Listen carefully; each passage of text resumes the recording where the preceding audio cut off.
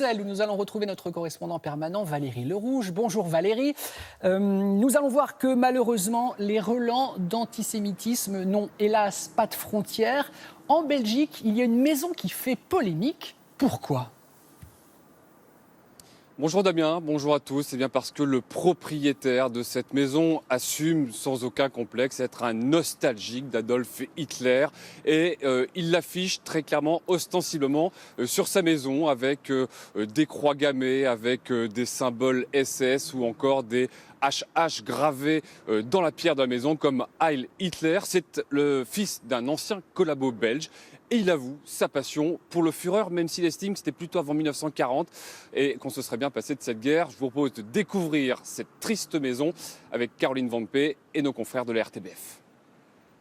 En Flandre, dans la commune paisible de Kerbergen, une maison détonne.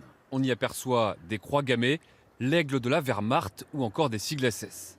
Georges, son propriétaire, est un ancien militaire de 71 ans. C'est important que la société se renseigne davantage sur Hitler. Moi, je lis tous les livres sur le Troisième Reich et je ne me réfère qu'à ses ouvrages. Je suis devenu un véritable fan d'Hitler.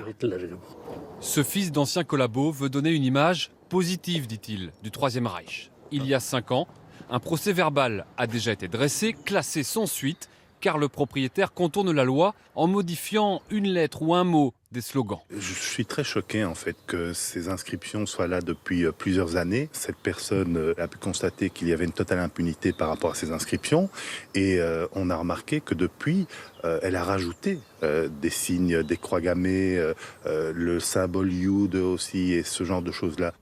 L'an passé, le parquet a rouvert le dossier. Les parties civiles espèrent cette fois faire condamner le propriétaire.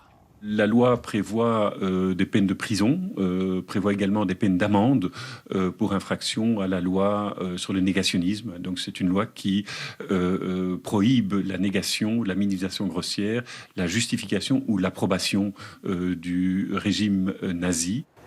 La mairie, elle, ne peut pas intervenir sur une propriété privée. En attendant le jugement, les inscriptions nazies resteront donc là où elles sont. Valérie, qu'est-ce qui explique que rien ne puisse être fait contre ce militant néo-nazi et ses décorations ? Il y a pourtant des lois qui existent en Belgique contre cela. Oui, il y a une loi, mais le propriétaire se moque ouvertement de la justice et de ses voisins. Quand il y a des visites et des contrôles, notamment, par exemple, eh bien, il fait pivoter sa croix gammée pour que ça devienne le symbole Inca.